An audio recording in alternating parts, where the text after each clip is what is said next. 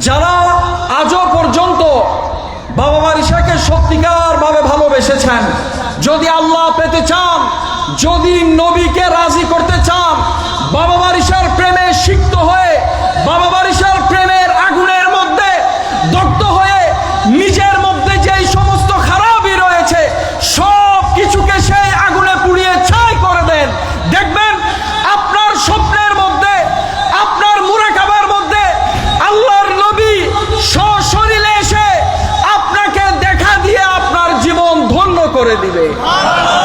আল্লাহর নবীকে দেখার দুইটা রাস্তা, একটা হচ্ছে স্বপ্ন আর একটা হচ্ছে ধ্যান। স্বপ্ন হচ্ছে তাদের জন্য যারা ধ্যানের মকামে যেতে পারে নাই, ধ্যান হচ্ছে তাদের জন্য যাদের শুরুটা স্বপ্ন দিয়ে হয় আর শেষটা ধ্যান দিয়ে হয়। এই ধ্যানের জগতে যখন ওনারা বসেন, কখনো হযরতে মওলায়ে কায়নাত হযরতে আলী শেরে খুদার জিয়ারত করেন, কখনো হযরতে মওলা ইমাম হাসান, কখনো হযরতে মওলা ইমাম হুসাইনের জিয়ারত করেন, কখনো দু জাহানের বাদশা নবী উনাদের মুরাকাবার জগতে এসে উনাদেরকে নিজের আশেক বলে, নিজের গোলাম বলে সম্বোধিত করে উনাদেরকে একটা সার্টিফিকেট দান করে থাকেন। আমার নবী যেই দিন বলবে আমার এই উম্মতটাকে আমি আমার গোলাম হিসেবে কবুল করেছি, খোদার কসম সেই দিন থেকে আমার নবীর ওই উম্মত যেখানে যাবে হেদায়েতের আলো সেইখানে প্রবেশ করবে।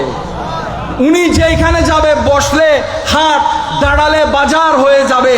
আমরা বর্তমান দিনে অনেক, আমি কাউকে ছোট করছি না, আল্লাহওয়ালাদের মধ্যে অনেককে দেখি যিনারা দাবি করেন কিন্তু মার্কেটিংয়ের জন্য যেসব পলিসি উনারা অবলম্বন করেন এইগুলার কোনো দরকার হয় না। কারণ মধু যদি থাকে সেইখানে অটোমেটিক্যালি ভ্রমর চলে আসবে। কেউ কাউকে দাবিয়ে রাখতে পারে না।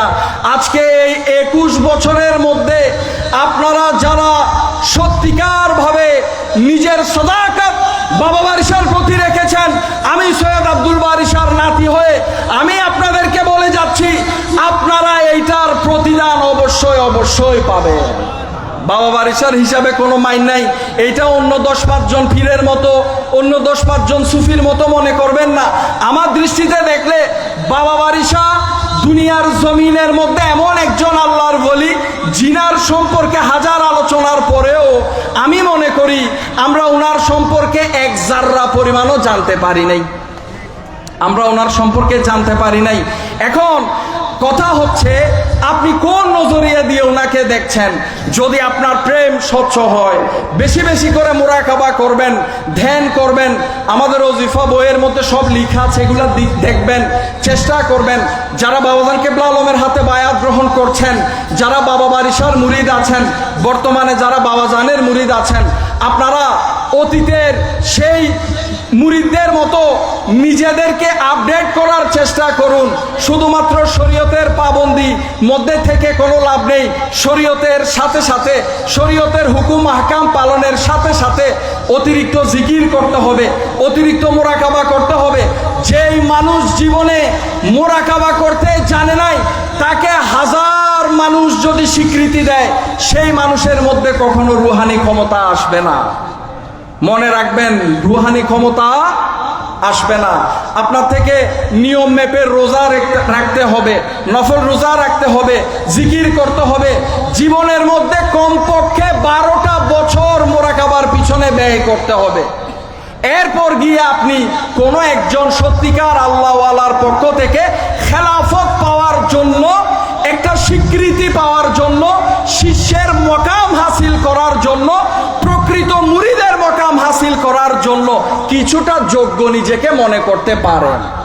এর আগে কল্পনাও করার কোনো সুযোগ নাই। সবচাইতে বড় কথা হচ্ছে নিজেকে চেনার চেষ্টা করবেন, নিজেকে জানার চেষ্টা করবেন, নিজের ভিতরে অন্তরে কি চলছে, আপনার ভিতরে যে আত্মাটা আছে সেইটার দর্শনের চেষ্টা করবেন।